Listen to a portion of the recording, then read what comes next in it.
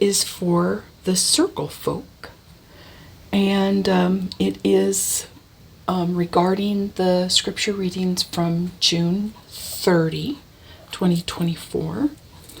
My assigned chapters were 2 Samuel 12 and 1 Chronicles 17 and 18. And before I start, I just want to remind you all that I don't consider myself an artist. I consider myself a science communicator, but I like to communicate with cartoons. Leah's asked us to respond to the scriptures through art or story. So if you'll indulge me, I'm going to tell you a story about me. I'm the oldest daughter of the oldest daughter.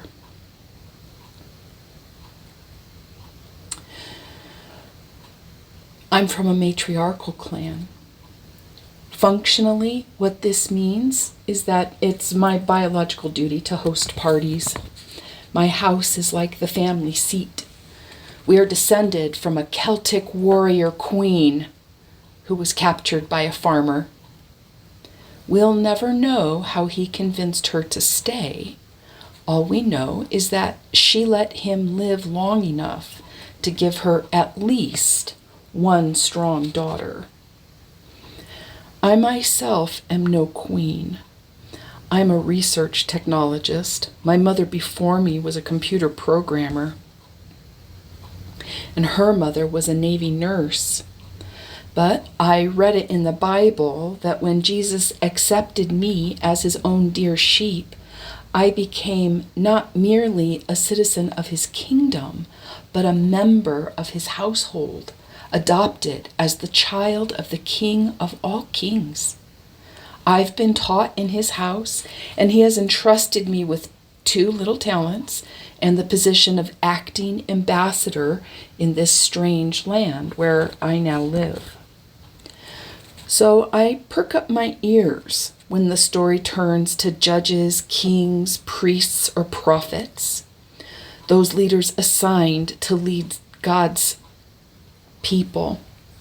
I want to know what it means to do justice, love mercy, and walk humbly with my God.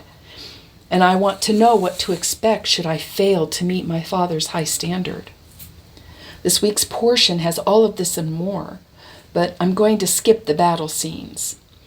These chapters include 2 of my favorite episodes from David's life, David's judgment and David's house. Which of these episodes came first, only God knows. But I'm taking Solomon's pet name as a sign that it doesn't matter. David proclaimed his own judgment, and God promised him a house. This is the only place I've found so far where God says thank you without saying thank you. And David is so humbled and blown away at the extravagant promise God gives him that all he can do is kneel in the presence and weep. And then the poet king prayed. How far down the line did David see? Surely he saw the coming of Messiah from his own line.